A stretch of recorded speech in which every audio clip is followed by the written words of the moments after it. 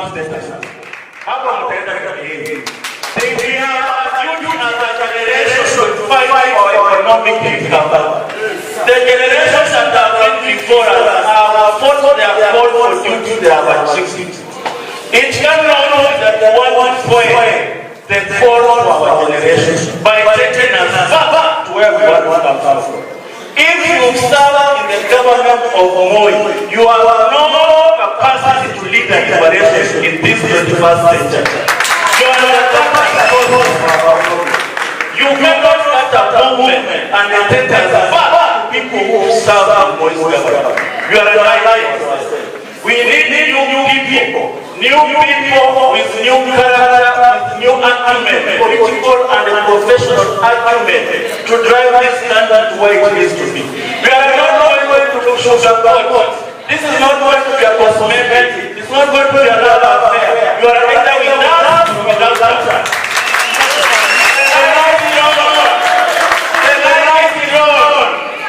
The light is on. And I'm not my friend the road. Hakuna kurudi kwa tribal grouping. Msituambie hapa ati hata kama bora mtu aende unaweza jiunga na huyu na huyu. Wacha wabunge represent wao. This is our generation. All tribal grouping must come and support people. And if Suna is not going to be a presidential candidate, the only person who will allow Suna to deputize is Maraga. No problem.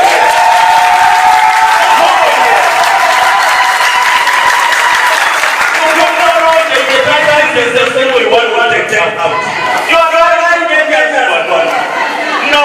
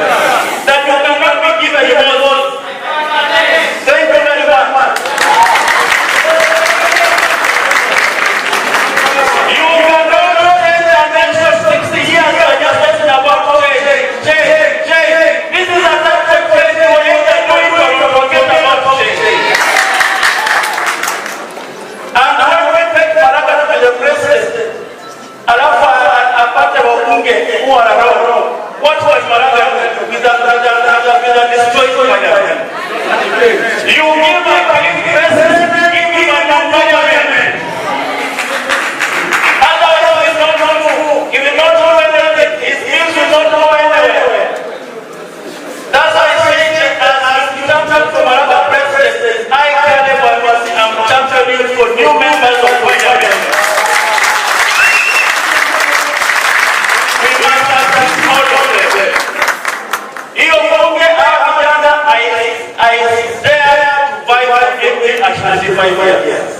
I left the University of Nairobi. I went to graduate. I never made it 2013, 2017 I made it. I'm now serving as second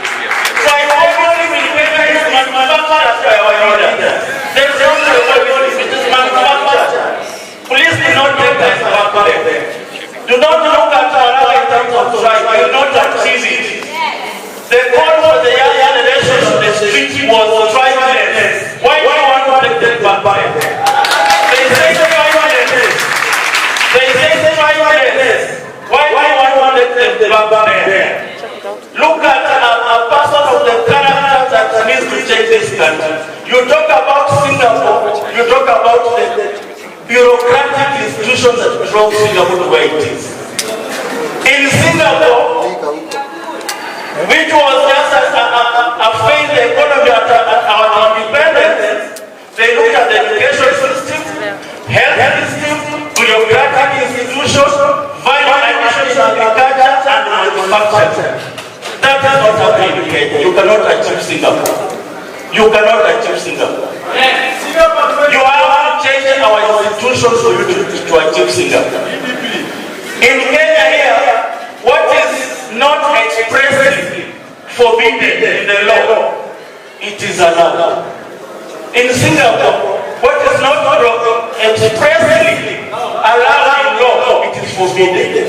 Those are two different countries. You must change our institutions, our values to us to achieve Singapore. And we will work this year even if it means being the Lord voice. But we must not sugarcoat about changing this country. Whether we do it or we forget it. We are the last generation to change our country democratically. If we fail, the young people following us, the generation that are going to burn this system, wakaanza kuchoma mashule, wakimalizana mashule watakuja kuchoma hii Nairobi. If we do not change this country, our young people will burn Kenya.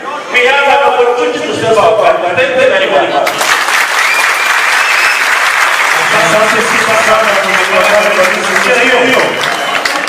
Number one, each generation, as France cannot say, must discover its mission in relative obscurity, fulfill it or betray it in relative opacity. You must find your mission as a generation. Two, you all remember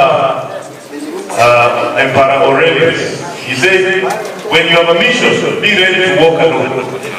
Aurelius told us, the opinion of 10,000 men is useless if none of them has any expertise on the subject matter. So never fear walking alone.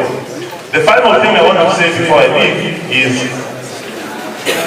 call on the police and the leadership of Kenya Kwanza to stop looking at the Kenyan youths as gazelles for police to practice their shooting skills. We are tired of the Kenyan young people being the targets for police, either for refresher shooting courses or they make target with their guns. They cannot just continue killing them like this. It has to stop. Today, we are talking about compensating the victims of protests.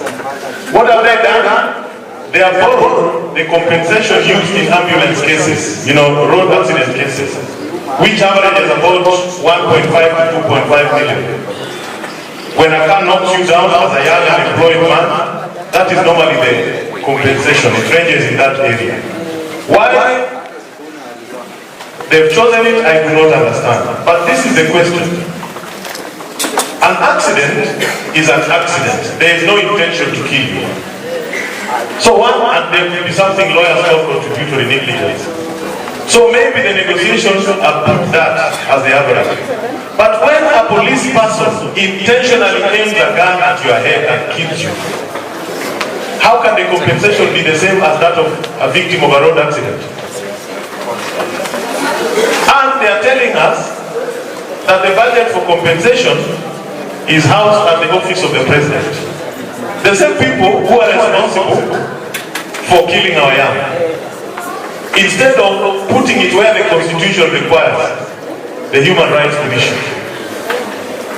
So they kill you, they tell you come to us, we will pay you. And they are not talking about justice. Those who killed the young people should have been held accountable. They should have been identified and charged before a court of law. What they are doing, they don't know the name because they are not truly religious. It could be expiation, what they are trying to do, or some form of atonement. But they don't even use those words.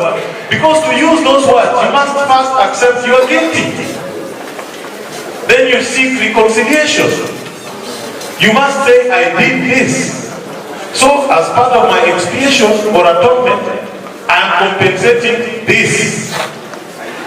It is not about the value of life. So what they are doing there, we completely disagree with it. It is the wrong way, and they will rush to do it because the 2 billion is in the supplementary budget. They have not published the list. Nobody knows who is there. There is no transparency.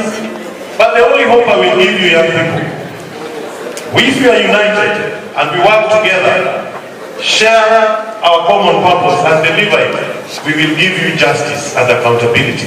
Thank you very much. May God bless you, Justice Maraga. We wish you all the best. Thank you very much. Thank you very much, Honorable Karoli Omondi, my Jirani, and the gentleman who took me through primary school. Thank you very much for honoring our invitation. And just two things before I invite the next segment.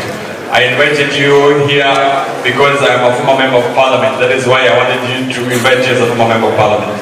Now I'd like to put on my other cap, which is the co-leader of the party. But before I do that, Honorable Karoli, I want to say two things just before you do. The number one, and it's a convention we've had at the party level, at the party leadership level, is that we are committed to working with like-minded leaders who are value-based, and that is the reason why, as the leadership, Honorable David Maraga did invite Leader Manainchi here, and we shall work together, It's our commitment. The second thing we're also committed to do, which I can confirm, is that we're also committed to be part of the July 24th event at the Renaissance Party as part of the leadership. We discuss this on our basis and we shall commit. What we must not do, fellow Kenyans, is we shall not go back to the status quo. We must work as like-minded leaders to give Kenya what Kalibabisi and his party call a renaissance, what we call here a reset, a restoration, and a rebuild. So pass our regards to the Leader Manainchi comrades, tell them we are together, and we will show up at the next Leader Manainchi event when we are invited, so that we start working this journey together. Thank you very much, and we pass our regards. Thank you very much. Thank you. Now, without taking too much time, we are committed to finish this meeting at 12:30, and we are strictly going to do that. I want people to invite my Honorable David Maraga. I'd like to invite Dr. Justice Juma, the party leader of Justice and Freedom Party, a young man who has been many years. And thank you so much for honoring our invitation and for coming. Please come and spend some few minutes here before I invite Dr. Ruben Kigami. Thank you very much. Please give our hands up for our party leader, Justice and Freedom Party.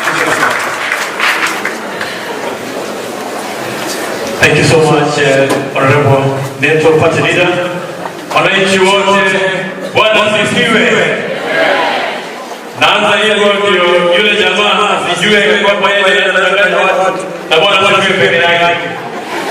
Amen. I bring you greetings from Justice and Freedom Party, and may I take this opportunity to congratulate you, GM Party, for this wonderful occasion that you have invited us to.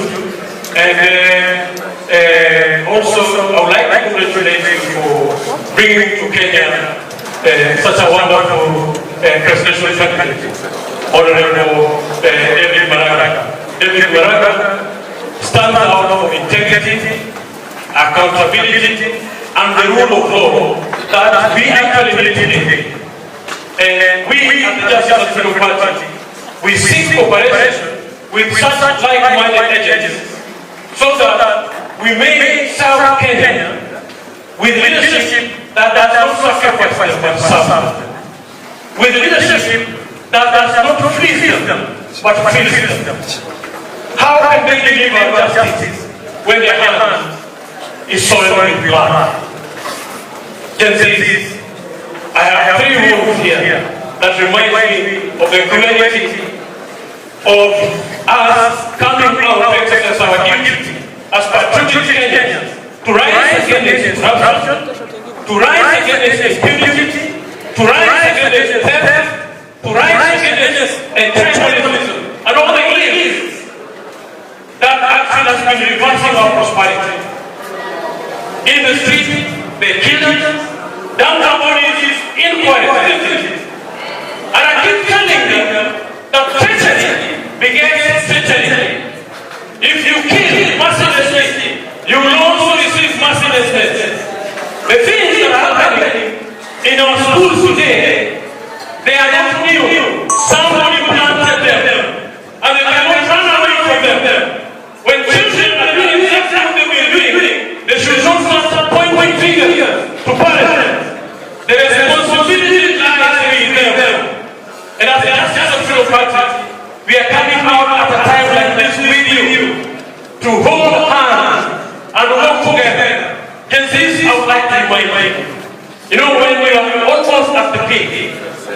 the road gets twisted. The path winds up. And most of the time, that is when people give up. The call to liberate our country economically, that call is new, like never been my brother Aziz.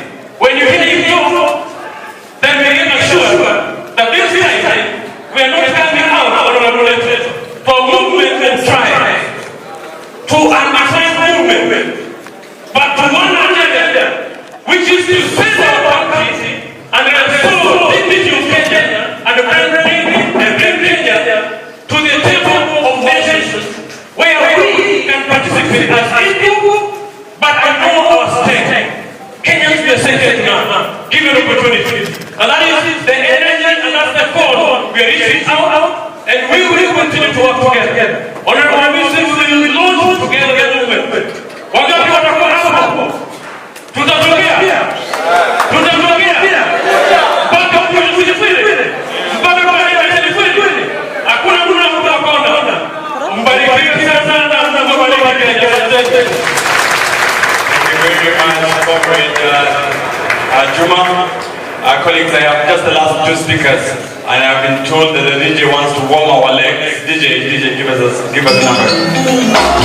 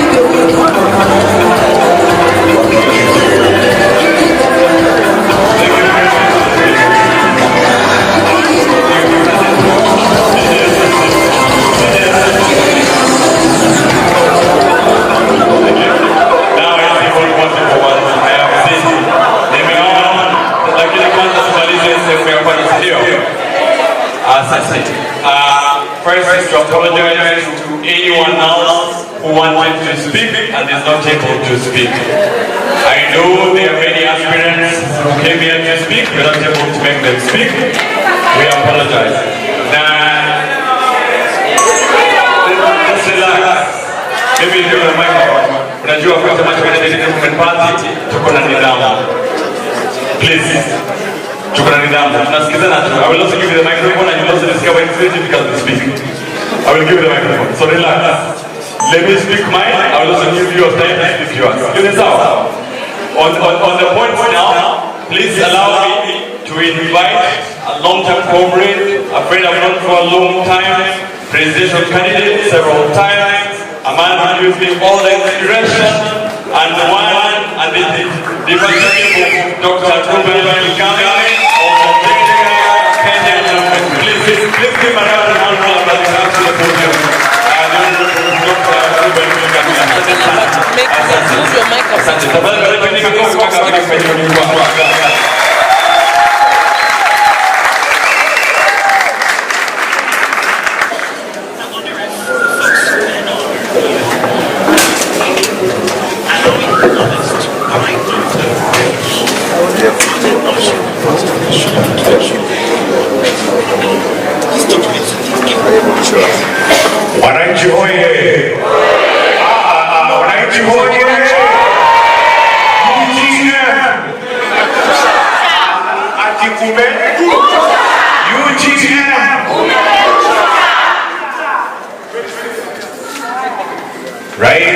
mtarajiwa aliyejitokeza,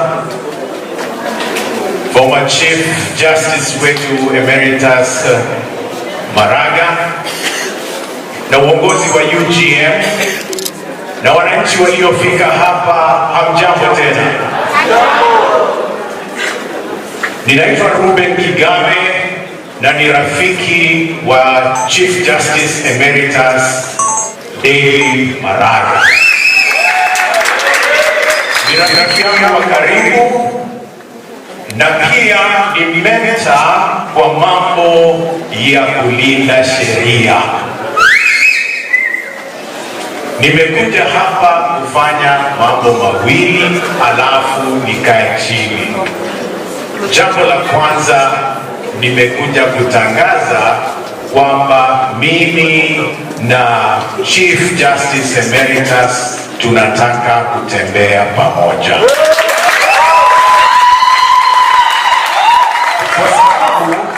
Kwa sababu mioyo yetu na maadili yetu yanafanana. Na hakuna haja ya kuinvent the wheel. Hello? Mnanipata? Hakuna haja ya kureinvent the wheel. Jambo la pili, nataka mfahamu sisi Kenya tuna shida 4 kubwa. Shida ya kwanza ni mdomo. Wengi tukifungua mdomo ni uchafu unatoka ndani. Halo? Matusi na kudharau wananchi. Watu wanaongea ni kana kwamba wananchi hawa exist. Na wanaongea ni kana kwamba vijana hawa exist. So wanakuwa mfano mbaya, kutukanana ovyo ovyo. Shida yetu ya pili ni tumbo. Kuna wale wanakula sana, wanakula chakula chao, wanakula cha jirani, wanakula cha watoto, wanakula cha wamama, wanakula kila kitu, mpaka wanakula na wajukuu na wale hawajazaliwa. Kwani wana tumbo saizi gani? Watu wana pesa Kenya hii, wanaweza kutumia miaka 1000 wameficha ulafi. Shida ya kwanza ni mdomo, shida ya pili ni tumbo, shida ya tatu ni macho. Halo? Shida ya tatu Kenya ni macho. Watu wanaona sana. Wakiona shamba lako wanataka, wakiona mke wako wanataka, wakiona girlfriend wanataka, wakiona boyfriend wanataka, wakiona shemeji wanataka. Shida ya macho. Maybe wakati umefika wa kujaribu mtu hatumii macho kuona watu. Halo? Nilisema hivyo 2022 wakanifungia, Chebukati alinifungia. Lakini si mlipata yule anaona? Anawasaidia sana, si ndio? Amewasaidia sana, si ndio? Si mmeingiza wale wanaona? Tuwe kama kule Indonesia waliingiza Abdulrahman Wahid, alikuwa ni kipofu. Tuwe kama Kenya waliingiza mtu kwa wheelchair anaitwa Emilio Kibaki. Time imefika ya kutoa shida ya macho. Shida ya 4 ni kitu kinaitwa conscience. Roho. Tunaongozwa na watu hawana roho, wana roho kama za wanyama. Mtu anaweza kuona kijana wake akiitisha accountability alafu anampiga risasi. Huyo si mtu, huyo ni mnyama. Come on, huyo ni nani? Mtu akienda kuchukua kijana South Nyanza alete Nairobi, anaitwa Albert Ojwang, alafu amuue, alafu adanganye amejiua. Huyo ni mnyama. Hello? Nataka tuchanuke na tuamke. Sisi tunajua shida, sasa tunataka suluhisho. Halo? Tunataka nini? Na suluhisho, wacha niwachanue wa Kenya, suluhisho si mtu mmoja. Suluhisho ni kuunda team ambayo hata nyinyi vijana mkiingia mnaweza endesha hiyo gari. Mnanipata? Tuunde team strong, tubadilishe serikali iwe completely new. Tuunde gari jipya ambalo halijatumika.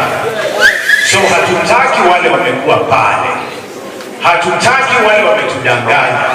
Tukiwarudisha sisi ni wajinga. Tuunde kitu kipya, kitu fresh, mwanzo mpya. Nyinyi hapa mnasema reset. Mko sawa? Nasema nini? Reset. Sisi kwa jenga Mkenya tunasema reboot. Reboot, zote ni new town. Tunataka uso mpya. Tunataka nini? Tunataka new faces. Na face moja iko hapa ya Chief Justice. Face nyingine inaongea hapa. Tunataka new faces. Face nyingine nyingi. Sisi hapa. Si vijana wako hapa wana uongozi wa roho. Vijana wako na nguvu ya kuongoza. New faces kwa parliament, new faces kwa county, new faces kila mahali. Drain the swamp. Tunataka new faces.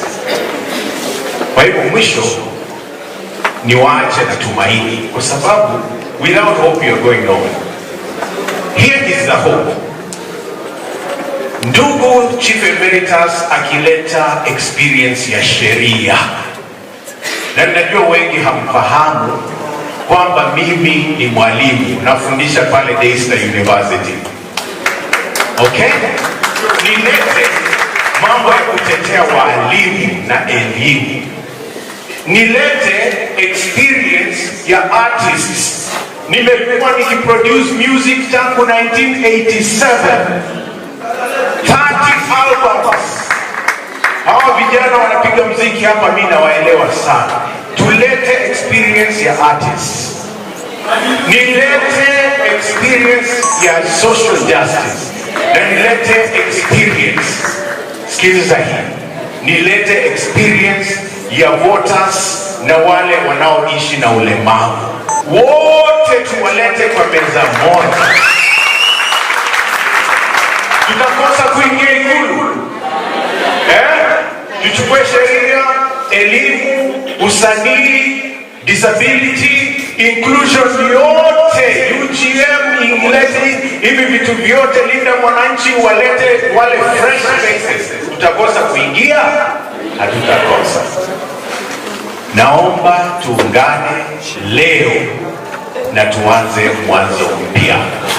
Tuanze utu, tulete haki na tulete maadili kwa serikali. Tutoe uchafu nchini Kenya. Mimi nimemaliza, isipokuwa kuna kitu nisipofanya nafikiri mtanyongwa. Mtanipa dakika moja niipe? Mtanipa dakika moja? Ni sawa? Sasa mimi nikiimba huwa wananiambia, Kigabe wewe imba tu ile umeahidiwe Bwana.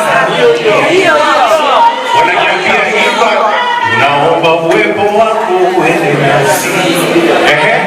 Wananiambia tuimbe, mshukuruni Bwana hakuwa wema. Ana uwepo. Kabla kufanya ombi, wacha niimbe ile wamenikataza kuimba. Halo? Kuna nyimbo nikiimba hata hamtachezewa. Gani hiyo? Ni hiyo.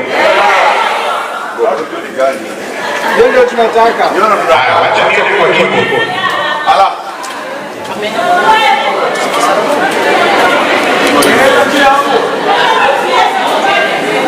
Get me a shot of this. Get me a shot of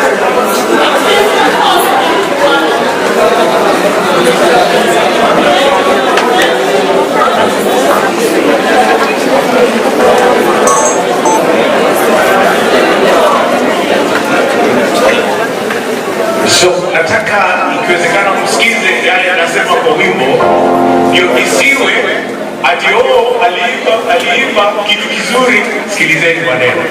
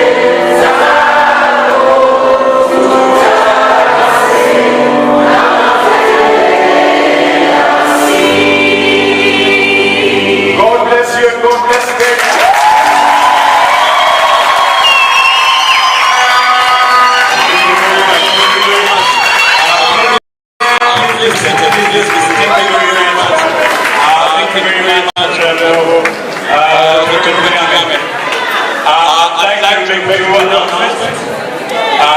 We are about to finish, but I'd like to do two things. I'm going to request the DJ to play our traditional anthem, Maraga, and as he does that, all the aspirants of UGM in Nairobi, please come on the stage. Is that okay? All the aspirants.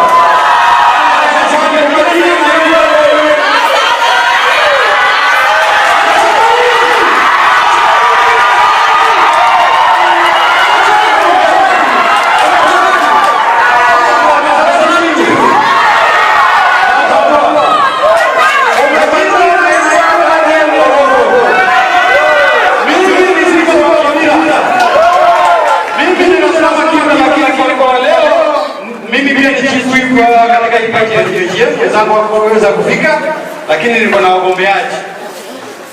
haraka. Jina na mahali unagombea kiti. Sawa sawa? Hakuna story mingi. Jina na mahali unagombea kiti. Tunaanza wapi?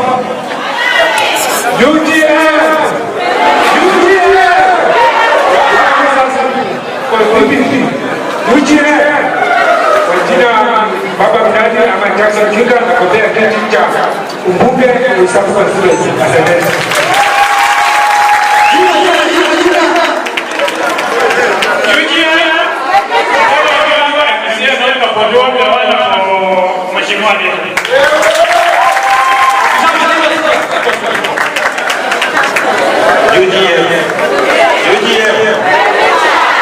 Majina naitwa Mesha Kosembe, nasimama Kisa East MCA Kakamega. Kasarani huyo.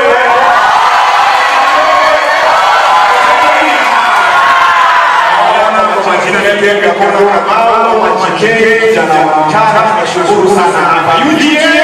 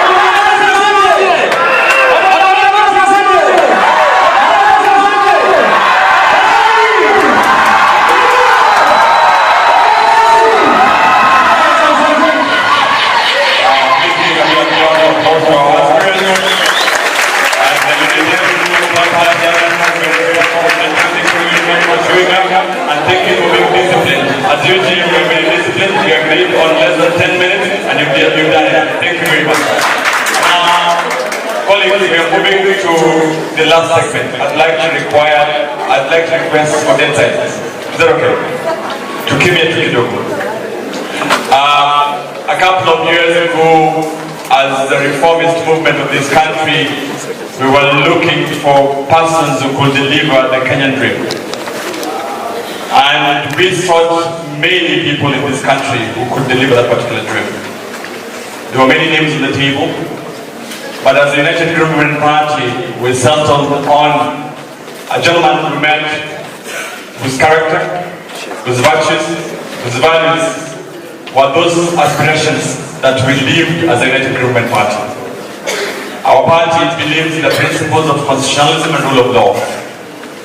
Ya kwamba katiba lazima itekelezwe. When the Kenyan people passed the social contract in 2010, they gave unto themselves, we the people of Kenya, at the preamble of the constitution, they said, we the Kenyan people are the sovereign. We are the ones in charge of this particular country. That particular constitution espouses very many things that if at all it was implemented to the letter, you do not need a political party manifesto. It is for those reasons that the United Government Party, we chose that the manifesto that we're going to implement is Ukatiba. We looked around, and the gentleman who we thought would deliver on the aspirations of the Kenyan Constitution is none other than His Excellency David Maraga. This particular afternoon, colleagues, ladies and gentlemen, I'd like to thank all of you for honoring our invitation. All of you come from here, we do not take it for granted. As a political party, we are honestly honored, we are honestly humbled, and we really like to promise you that whatever the President, David Maraga, will say on this particular podium, we members of the United Government Political Party will hold him accountable, first of all, internally, before the people of Kenya can hold him internally. We promise you that the things he's going to speak this afternoon are not just words on paper. It's those constitutional aspirations that are in Ukatiba 2010, and we will hold him accountable for those things. I don't want to take so much time. I know, as he's about to come on the podium, the Honorable Martha Karua, the party leader, People's Liberation Party.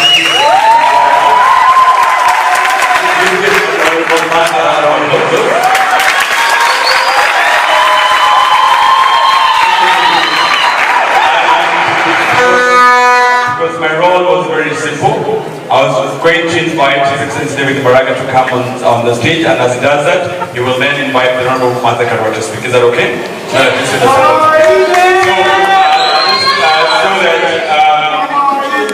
Thank you very much. And as Honorable David Maraga comes on stage, Ladies and gentlemen.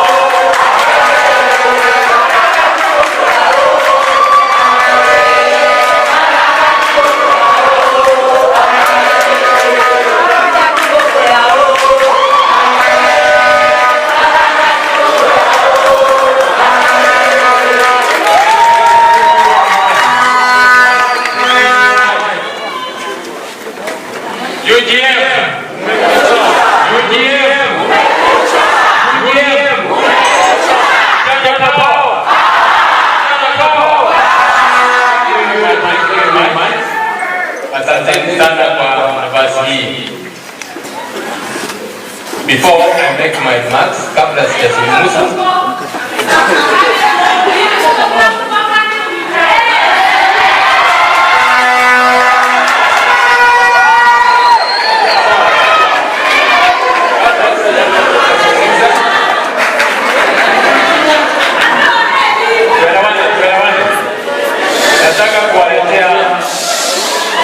nataka kuwaletea Mheshimiwa Maraga.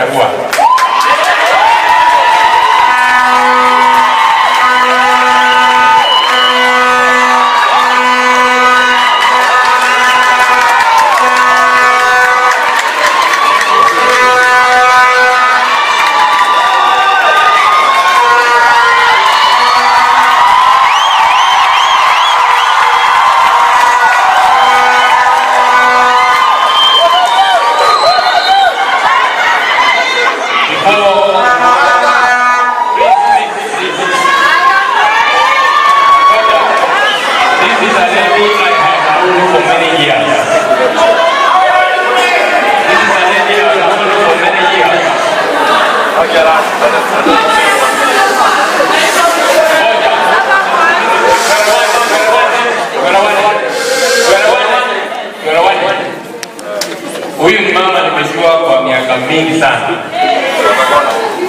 When she was a magistrate in Nakuru, I don't know Mheshimiwa if you will remember. I appeared before her. I had a case and there was a senior provincial administration officer who was uncomfortable with the questions I was asking him. Some of them he refused to answer. I turned to the magistrate, and you know what the Maraga said? Answer all the questions you are asked until I tell you not to answer. And then at the end of that day, you know, we went on, and of course I won my case. Maraga is a lady I've known, a woman of great woman of integrity. And I'm happy Mheshimiwa you had time to come and grace our occasion. Please make your remarks.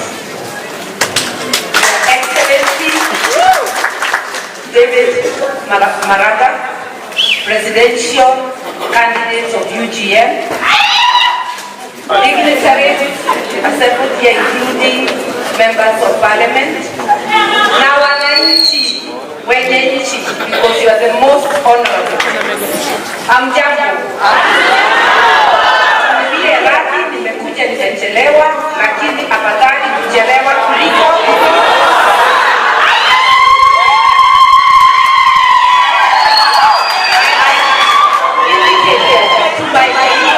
that I'll come even in for a short while because I hold him in high esteem.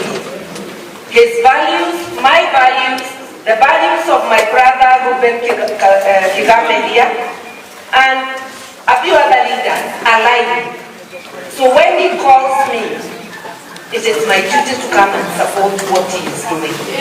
I have no fear that there is any word that will come out of his mouth which will ashame me. So I'm here confident. I know he's aiming for the presidency. Similarly, I am aiming, and many others. We say competition is healthy.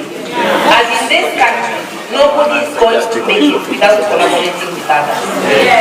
So we are finding our ground on how to collaborate.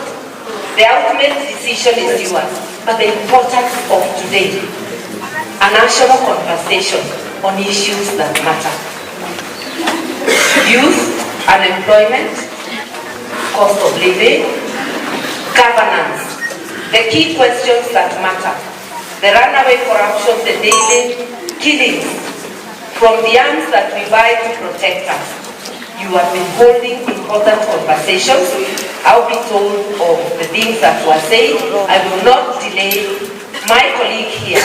I just wanted to say, I endorse the things that you've been discussing. I want to congratulate you, my brother, for convening this meeting. We have to keep convening. These conversations are very, very necessary. Especially our security. As I came in, I remember that I went out of my office running. I didn't even get people to come in. I just looked at the driver, I said, oh my God, era of police. But I said I'll handle it. But I did find schools have found good people in this presence.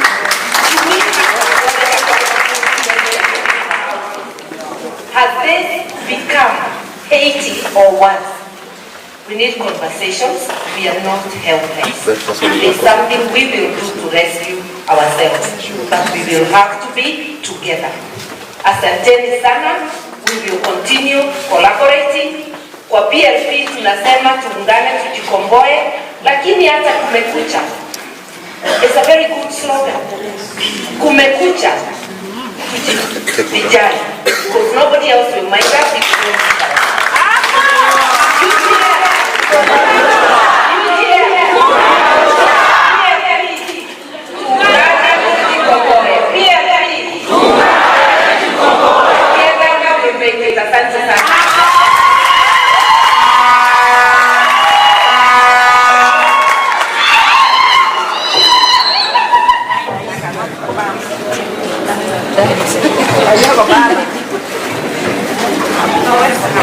Asanteni sana as they said. Kwanza kabisa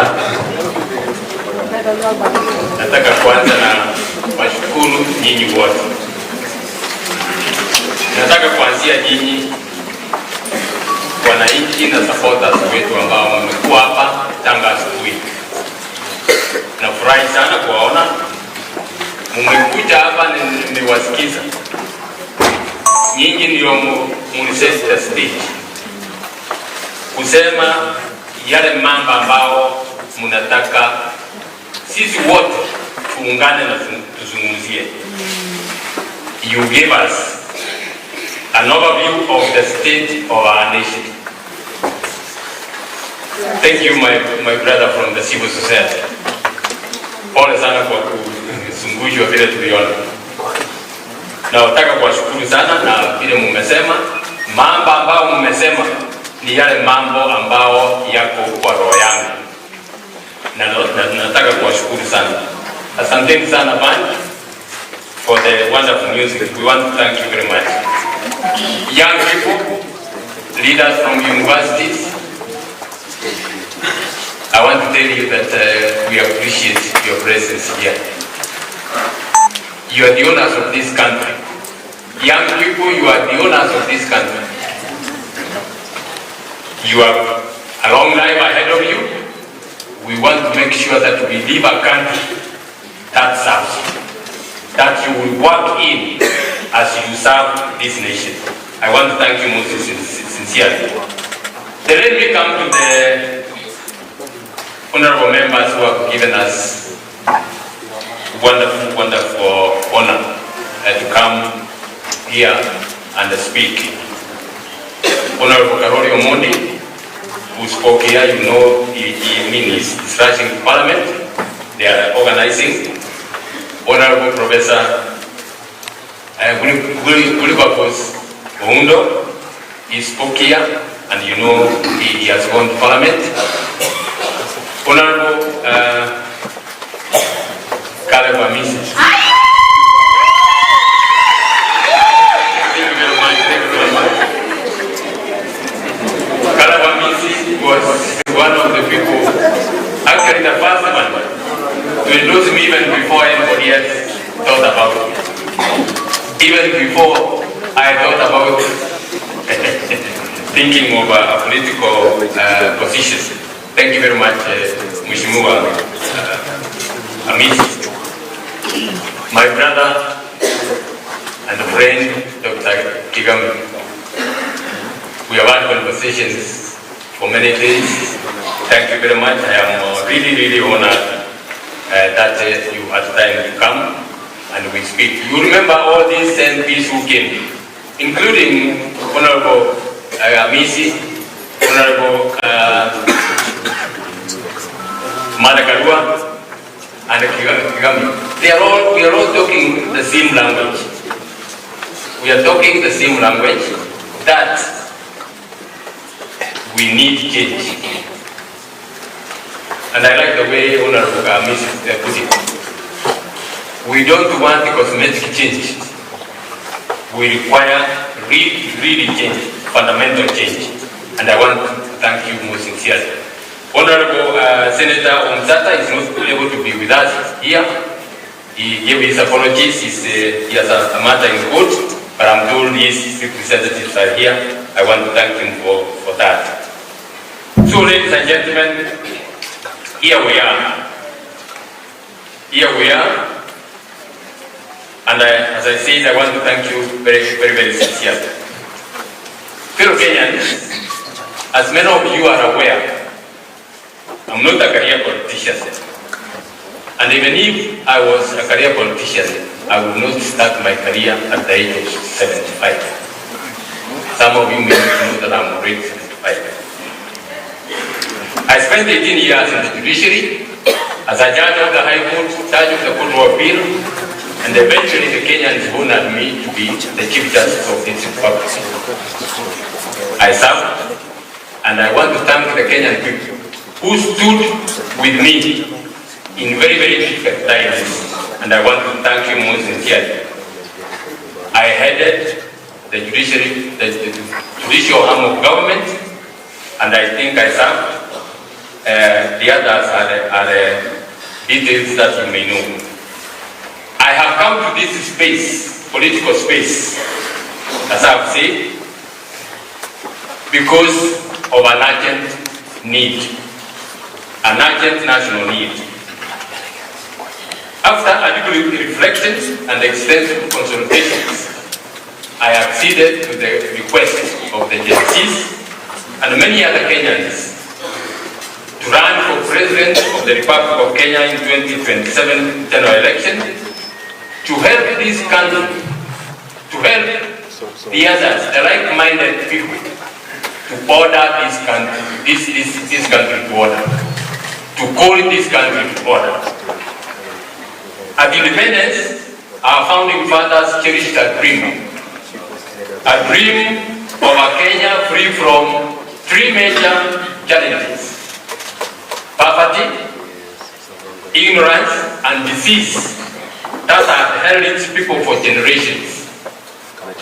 A Kenya where the honest labor would sustain a family, and a Kenya where every citizen would look ahead with hope.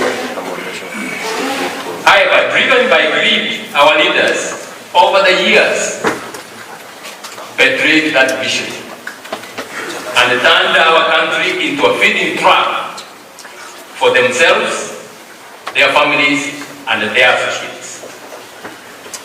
As a result, 63 years after independence, we are still grappling with the same issues that we had at the beginning of our nation. Now, they are compounded. Those issues are compounded by mass unemployment of our youth, deepening inequality, and extreme poverty. Soon after independence, the Kenyan political elite embraced an extractive system of government, which had a small and still, that is the modus operandi, a small couple of political elites who loot public resources, using their positions, use public resources at the expense of the ordinary people. Today, under William Ruto, that extractive system has become a full-blown criminal enterprise. Across virtually all public sector departments, the president, his cabinet, top officials of government, and the corrupt businessmen have turned government into a business, their own business. They have created programs which you know, like SHA, affordable housing, PPPs, as well as G2G importation of fuel, and embarked on mega projects, all geared to stealing from the Kenyan public. These projects, if you have seen, tenders are awarded to a couple of people who are connected with the president, and that you know what that means. With the enactment of the Kenyan Constitution in 2010, the extractive system devolved into the counties. Governors, members of the county executives, MCAs, and others award themselves the contracts and build roads which are washed away at the first rain.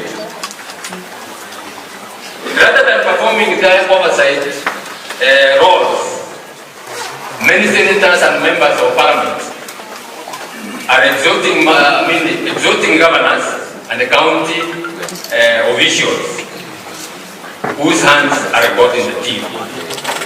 As a result, the country is losing billions to corruption, as this is regularly confirmed by the Auditor General reports. The Kenyan Association of Manufacturers estimates that we lose a whopping 3 billion shillings every day. Every single day, and nothing happens to the culprits. The level of looting was there, of course, from the previous governments, but it reached the highest, or it started coming very high in the year 2013. It astronomically rose from the year 2013. One of the methods the political elites have used to steal from the public is borrowing. At the end of his administration, the late President Kibaki left public debt at 1.77 trillion shillings. That was at July when he left.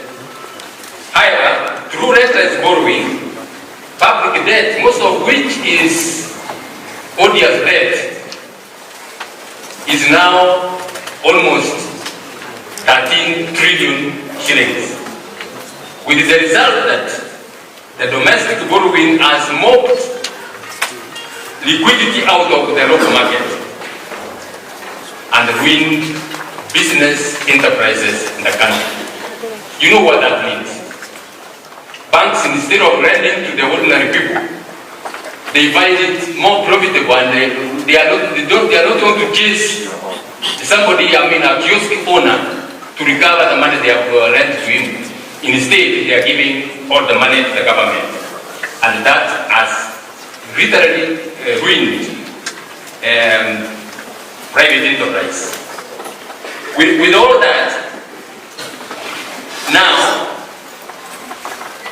in this budget, in this year's budget, 2026-2027 budget, which is 4.8 trillion, out of that, 2.3 trillion, which is equivalent to 48% of the national budget, is going to be to loan repayments. That's not all. This government now, the regime, the Ruto regime, has now resorted to securitization. Securitization is borrowing on the security of tax revenues, future tax revenues. That's mortgaging the Kenyan youth's future. Remember, the Kenyan youth, most of them are without employment, and their consent has not been sought about this borrowing. That is also contrary to the principles of public finance, including intergenerational equity, that are there in Article 201 of our Constitution. When all these things, we looked at all these things, on the 2nd of February, together with the energetic young people and the members of the United Green Movement Party, I embarked on a county-to-county tour of this country under the banner of Okatiba Caravan. Our mission was twofold. One, to first of all go to the Kenyans, come to you Kenyans, and listen to you, and hear your aspirations, and hear your frustrations. As the Kenyan people. You can't lead people you don't understand. You can't lead people whose issues you don't understand. Secondly, we also came out to encourage and sensitize Kenyans, particularly the youth, to register as voters. The caravan took us to every corner of this land. By 28th of April this year, we have traversed 43 counties out of 47. I am happy to know that our efforts, alongside other campaigns such as the youth-led Tukokadi movement, contributed to over 2.6 million registering as new voters. I want to thank the Kenyan people, particularly the young people, for registering. That is the power involved in your hands, and we are sure we are going to use it very well. In these tours, we met farmers, we met pastoralists, we sat down with women in markets, we met men at locality sheds, we listened to border operators at the dusty stages, we went and met the fish folk on the shores of our lakes. We encountered ordinary Kenyans fighting every single day with great dignity to put food on the table. What we saw and heard filled us with immense pride. Our people have refused to surrender to despair, despite the grinding conditions they have been plunged into. The resilience we saw, that hard work we saw from our people, tells you of the true character of the Kenyan people. We are a hard-working people, very, very hard-working people. Our mothers, our sisters, our brothers, especially in the villages, wake up very, very early. I saw that from my late mother. I mean, going to the shamba when it was still at dusk. And that's what the Kenyans are doing even now. But we also had stories that should trouble every Kenyan of conscience. From major cities to the smallest markets that we visited, Kenyans told us about 5 painful realities with remarkable consistency. They told us about the disregard of the rule of law. They told us about state capture and corruption, which you have repeated here. I'm happy you have repeated it here. They told us about a rapid economy. They told us about youth unemployment. And they told us about the collapse of service delivery, particularly in health and education. Wananchi plainly told us that government officials, right from the presidency down to the lowest administrative levels, have no respect for our law. They cherry-pick the provisions of the Constitution to implement, and to what extent to implement those provisions. They recall with grief the killing and maiming of our young people during the Gen Z protest of June and July 2024, and told us what that confirmed of the present government. They told us that the political class had little regard for human life. They told us that the political class do not respect good orders. They just ignore them with impunity.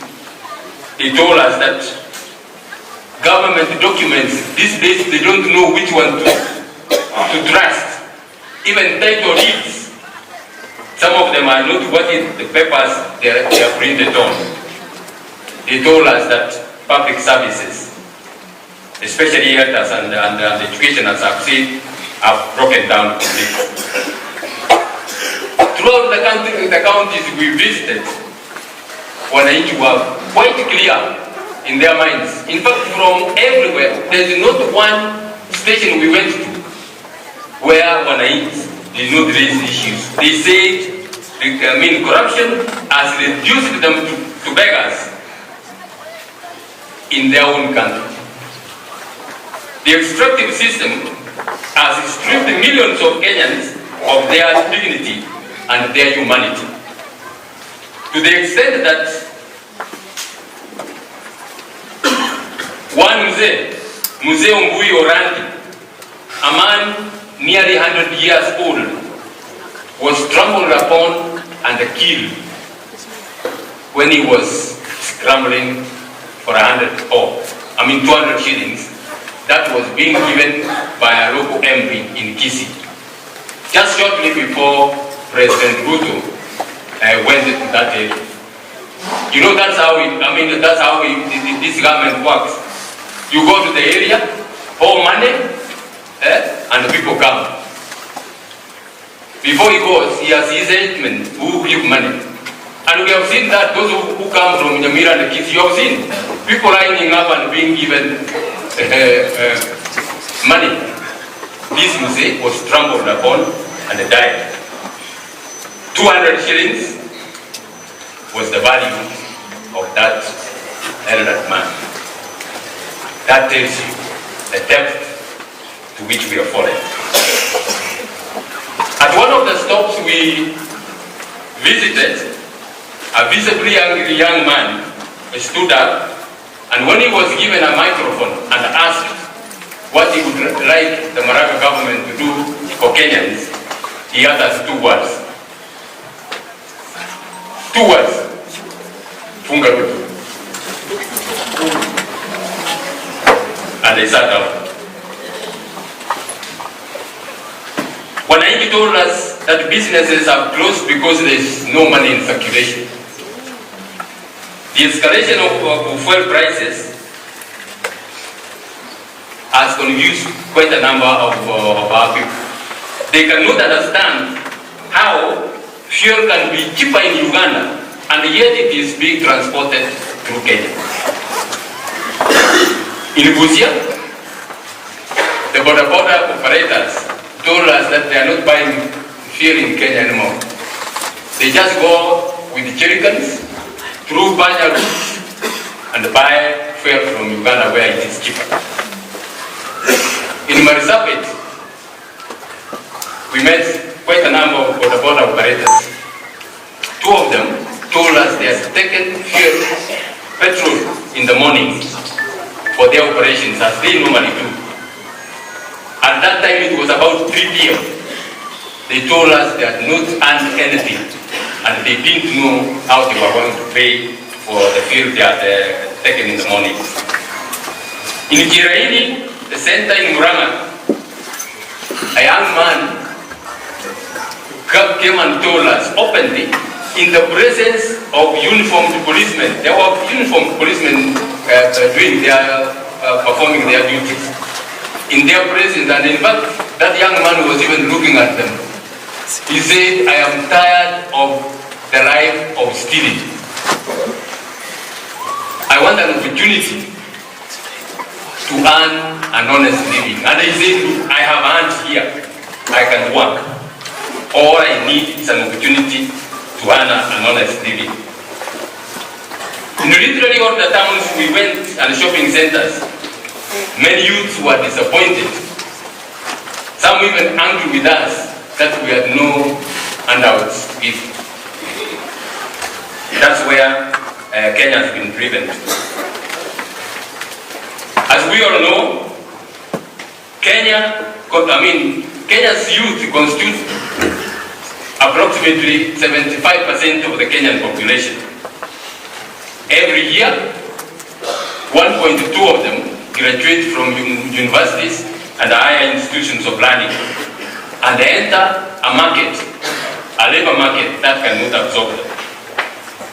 Fellow Kenyans, our country is squandering a huge demographic dividend. If employed and properly deployed, Kenya's youth will transform our economic and social landscape.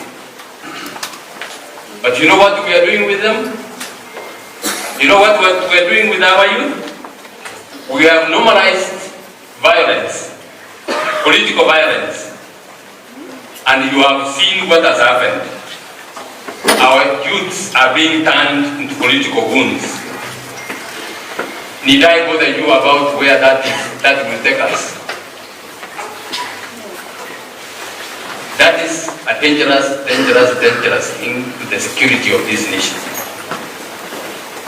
And for me, it is only a matter of time. Unless that is controlled, it is only a matter of time, and this country will be driven into anarchy. Mheshimiwa Amisi talked about it. You can't weaponize the young people who have no jobs. You give them a few shillings and ask them to go beating fellow Kenyans. A government that has been put in place, a government which has police, which has security officers. Some of those security officers are so frustrated that the government is using goons. Instead of putting order, the government itself is the one using goons. You know what that means. Despite the mandatory provisions of Article 43 of our Constitution, looting of public resources has made the services, healthcare, and education, among others, totally collapse. In virtually every county we visited, we encountered the dire consequences of a healthcare system that is in free fall. Hospitals have no medicines or basic essential supplies. SHA is not working. You are told every day SHA is working. SHA, if it works for 1 or 2 people, you are told, look, you are given an example and you are told it is working. Go to the wananchi out there and they will tell you it is not working. Families are being forced to sell land. You know, not many families have any other asset other than the piece of land they have. They are forced to sell that to pay hospital bills. Those who have nothing to sell, mothers are dying at home while giving birth. Education is the engine of national development. I know this from personal experience. Coming from a very poor family education was key, was the key that unlocked my future. I've said this many times. I came from a very poor family. I wore my first pair of shoes when I was going to secondary school. I didn't even get the number right, and I had a lot of problems wearing that shoe. Our education system is in a deplorable and dysfunctional state. Not because we lack funds, but because a greater portion of the education budget is being stolen, and you have seen the hasty and reckless implementation of the CBC, now called CPE, where we have great challenges. The report by the National Examination Council recently that 73.2% of grade 3 learners failed to attain minimum proficiency in mathematics, and 58.9% are struggling with basic education, should worry not only the parents, every Kenyan of conscience. Why? This is the kind of education we are giving to our children. These are our future doctors. These are our future architects. These are our future engineers. How can we gamble with the lives of our children and actually the welfare of our nation? And yet, our Constitution guarantees every Kenyan citizen inherent dignity and requires the state to take concrete measures, including affirmative action, to ensure that the youth access employment. How do the youth access employment? Rapidly growing. These are the truths we gathered from our Okativa caravan. These are not opinions, my fellow Kenyans. These are not opinions. These are honest, lived realities. The Kenyans who spoke to us in raw honesty and quiet courage. Can we go on with this? Can we go on with this? No. We must change. We have no choice but to change. We need to reset our country. We need to restore. We need to rebuild our country. Fellow Kenyans, 16 years ago, we gave ourselves one of the most progressive constitutions in the world. I can tell you that with authority. I've read very many constitutions in the world. In the course of the nature of my work, I had to compare and read other constitutions of other countries. And when I say, like many other lawyers have said, we have one of the best constitutions in the world.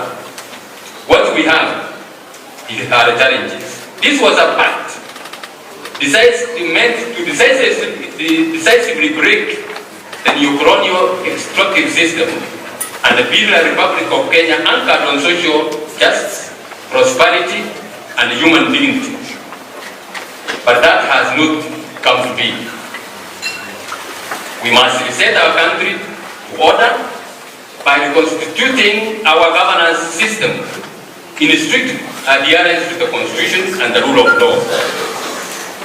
If you give me the privilege of leading this country, I will dedicate my presidency to dismantling the culture of impunity. No one will be above the law. Not the president.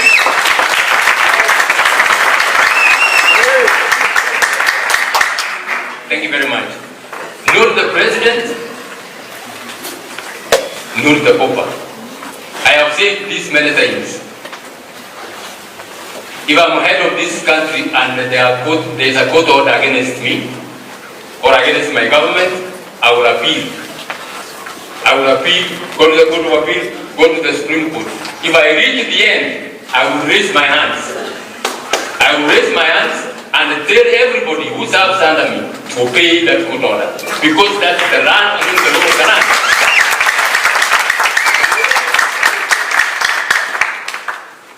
As government is one which obeys the law. It should lead by example. I will do that. We must reverse the imperial presidents, where the president is considered as the sole provider of development. You are told all the time, Rais amekuja hapa, ametupatia hii, ametupatia hii. All that is supposed to be in the development plan. What about the areas where he has not been to? What about the areas where he doesn't have funds? You can't run a country, I mean, you wait for the president to come and say, let me build for your school here. We must be an orderly government. My administration will not treat the constitution as a suggestion. The constitution will be our absolute command. We will implement it fully. Professionalize the public service through meritocracy and restore the independence of institutions, including Parliament. Parliament is not independent anymore. Parliament is not serving the people it's serving one person. You wait. See, the finance bill is there. Many people have protested against it. You wait, you are going to see it being passed. And you know what they have done? They bring scandals. The tender of the J career refurbishment, bring in, funny characters, so that our minds are concentrated on what? On those scandals, and we forget about the finance bill. I will end fraudulent schemes, fraudulent procurement schemes. And fellow Kenyans, trust me, I will end that. I just need 5 years. Give me 5 years.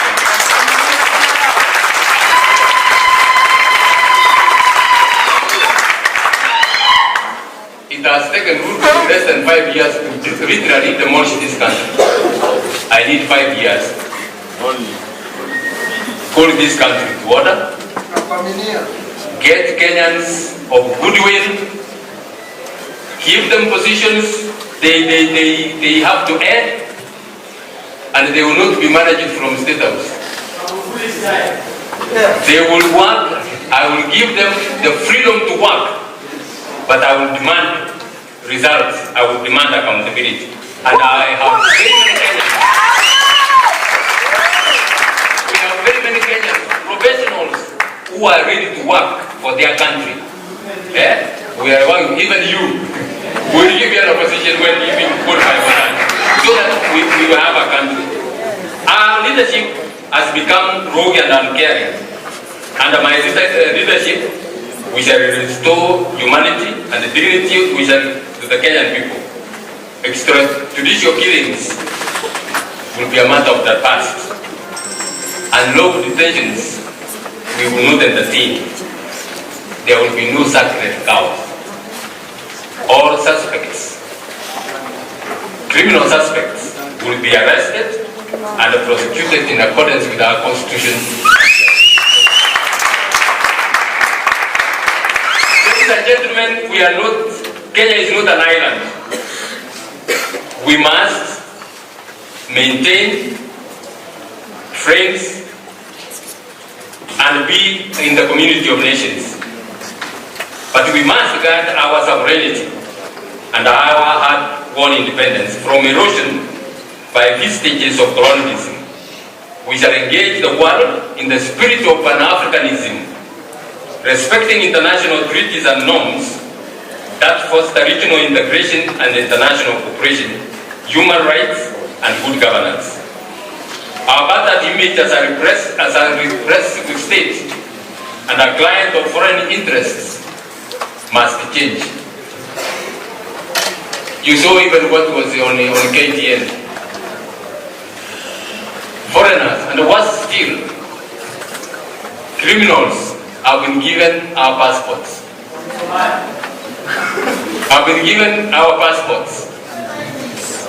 RSF. You have not served. We will revoke all those passports.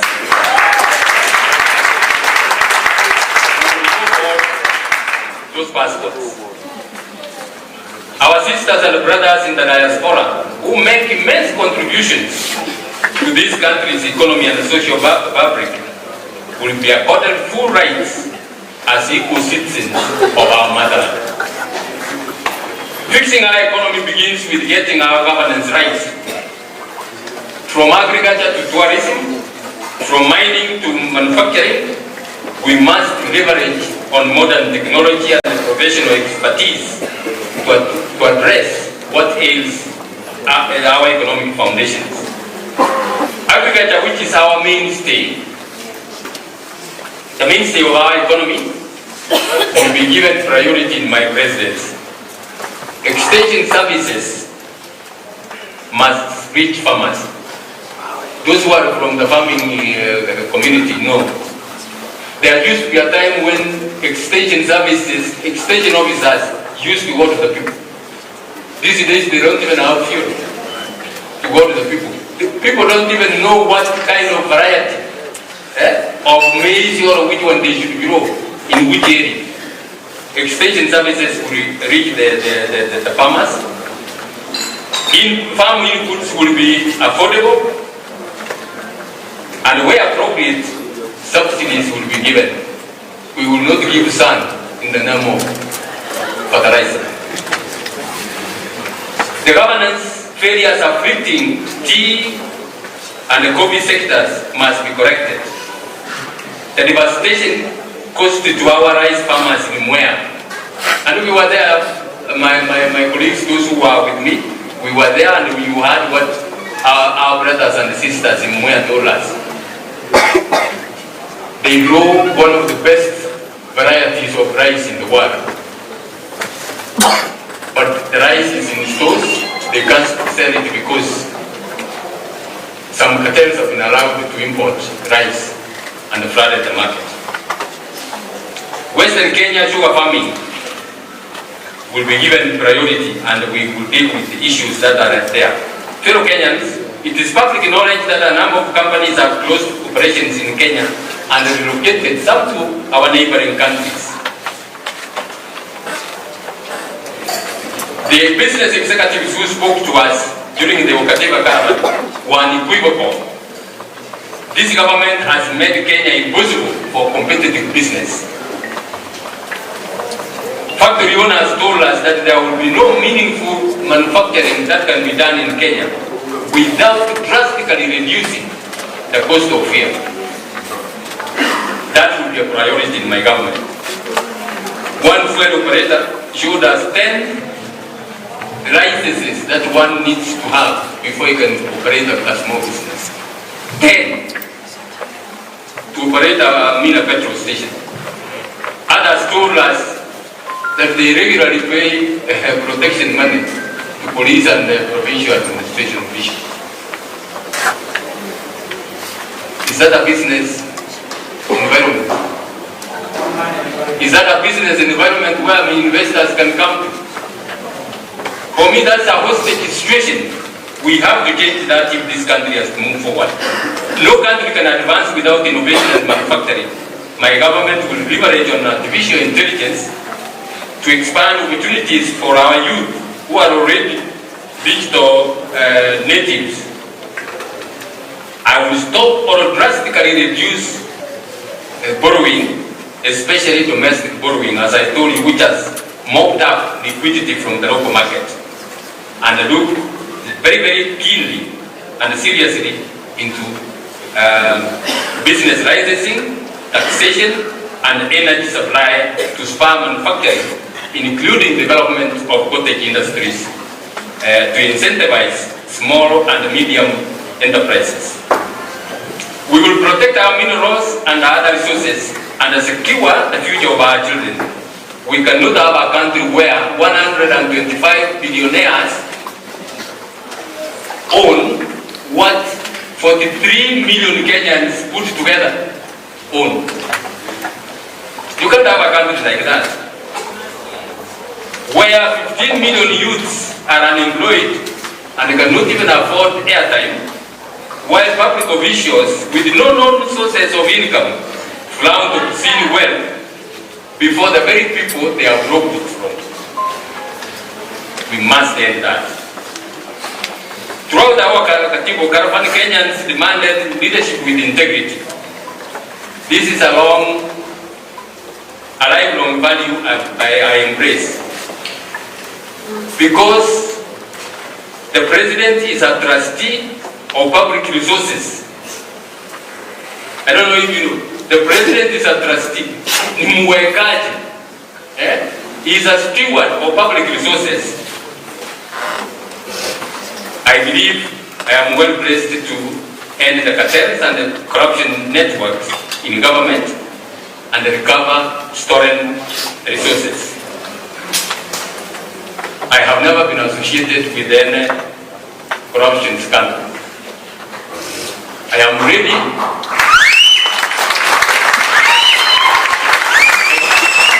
I am ready to declare on oath. I am ready to declare on oath my assets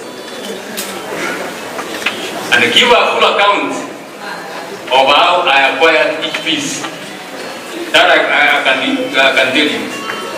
I challenge every presidential aspirant, starting with Ruto, Yes. to do the same and account for everything they own.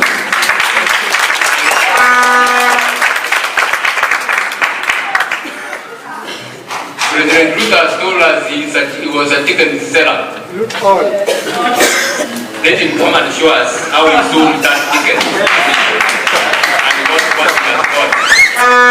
That some of us are so daft we can't get that. Fellow Kenyans, this is my personal pledge to you. I will not steal from you. I will not allow my family to steal from you or my friends. Those I will appoint to serve with me, I will not allow them to steal from you.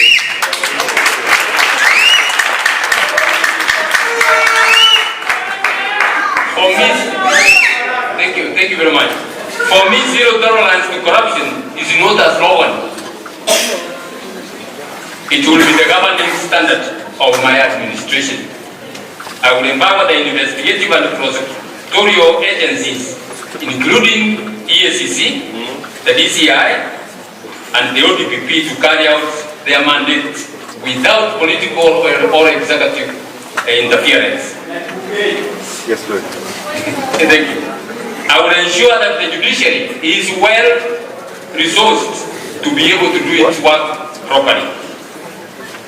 If we succeed in confronting impunity and recovering stolen assets, we will reduce the cost of living. We don't need to just reduce stealing and the cost of living will come down. It will come down. We will not be talking about bags of maize being sold at packets of maize flour being sold at so much. That will come down, when you have an economy that is progressive. This will, of course, give us money to take care of our health and educate our children and build a government system that finally works for every citizen. As I conclude, fellow Kenyans, please hear me out. To fundamentally reform our governance system, we must reject ethnic balkanization to which we have been plunged into. We must come together as one people and vote on issues and the challenges facing this country.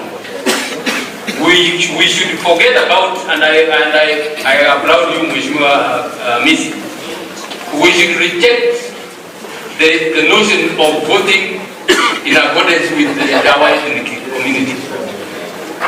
And I want to speak to Kenyans. Please listen to me. We get in that. Sometimes you get even some of the middle class Kenyans disappointed and they don't even go out to vote. This time around, I want to appeal to all Kenyans. You know, some of the young executives are able to have a good car. Their children are going to school. They are able to pay house rent, if not mortgage, and they see things are all moving on. They don't want to be disturbed about what's going on in politics. They don't even turn out to one vote. Let me warn you, my fellow Kenyans. This time round, you must one vote. You don't vote, and Kenya runs into anarchy. You will not have a road to drive that car. You will not have a road to drive that car. The 2027 general election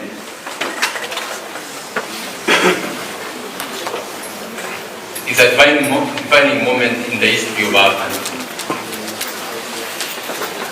It is a defining moment in the history of our country. We must come together and vote the Ruto regime out. The next government must not be a mere a game of musical chairs. Same monkeys in a different forest, taking their turn to eat. I believe in opposition unity. This opposition unity must be built on a convergence of values, not appetites.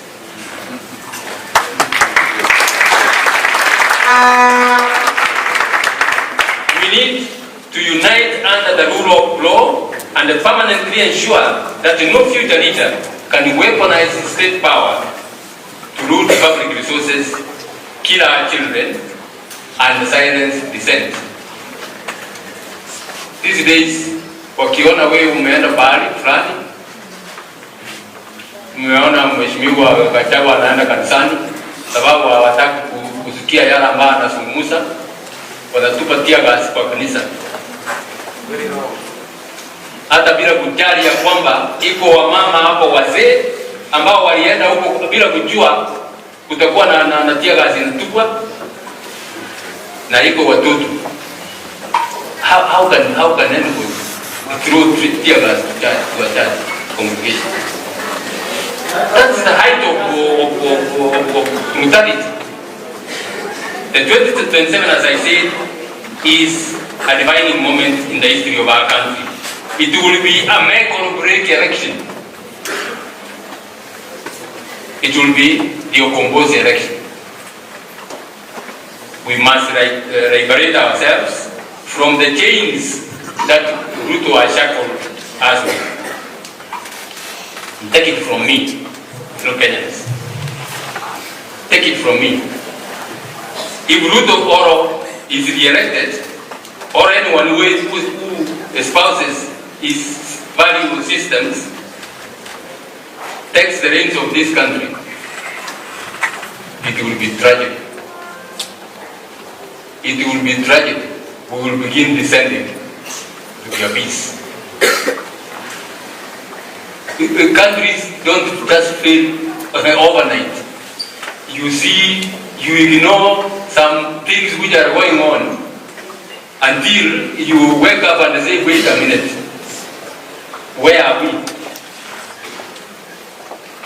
We cannot afford to leave our country and descend to that level. Fellow Kenyans, Kenya is a rich country. We are an intelligent people. We are athletic champions. You know that, isn't it? The Kenyan academicians and professionals shine on the global stage. We saw some country member being given awards, huge sums of money because of the outstanding work they have done. We cannot, as a people who are intelligent, we cannot and must not allow our motherland to descend to anarchy. We have the power to save our country. We have the power to put an accountable government responsible to the plight of the Kenyan people. A government that believes in constitutionalism and the rule of law. It is time to stop dreaming about the Kenya we deserve and start building it. Time to start living in the Kenya of our cherished imagination and enjoy our nationhood as a free people. Time to liberate our country. Time for ukombozi. We are coming to your county. As UGM, we are coming to your county. We are coming to your constituency. We are coming to your ward. We are coming to your village to ask your hand in working together so that we can liberate ourselves. The journey to a new Kenya begins now.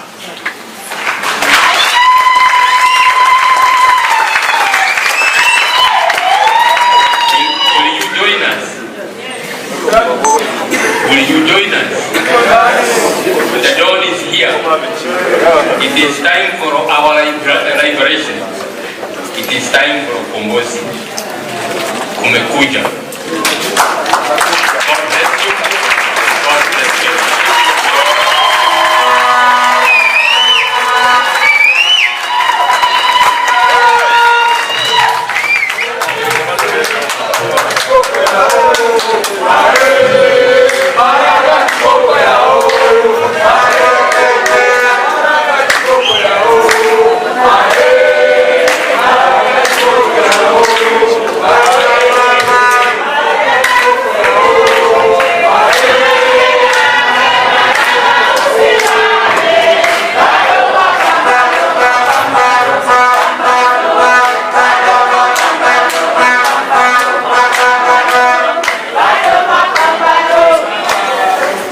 Thank you very much. Thank you very much for being patient with us to the end.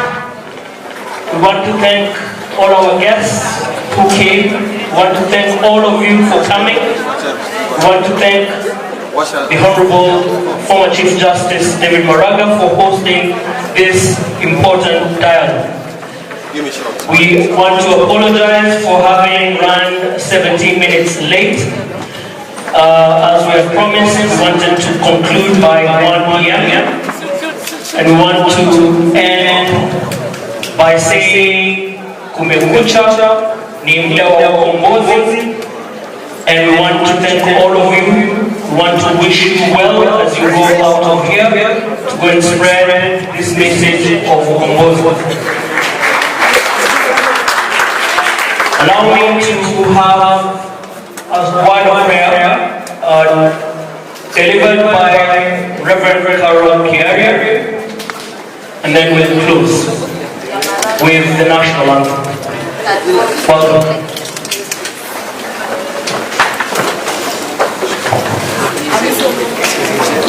Once again, we want to say thank you very much for joining us today. We are truly grateful for coming, and I am being told kwamba kuna soda ambayo mtapatiwa na your leaders pale nje, tukue na utulivu na tuweze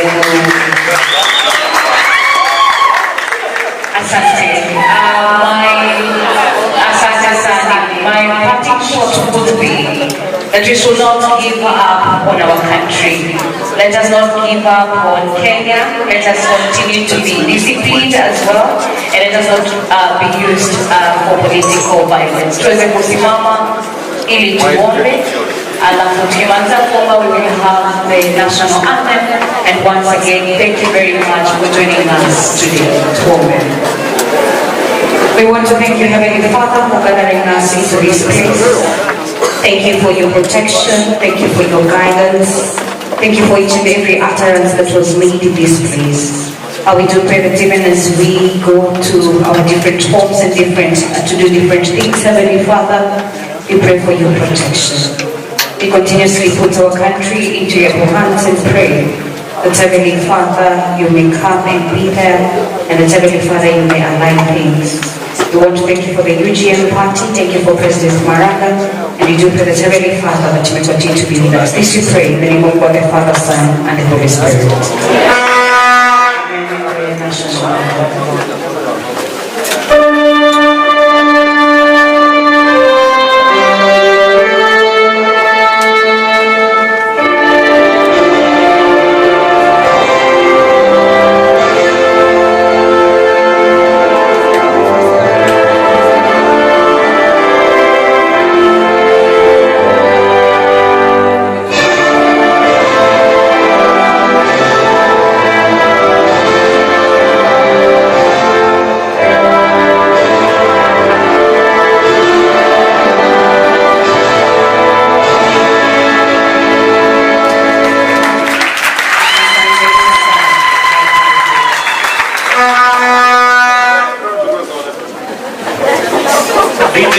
Play some music.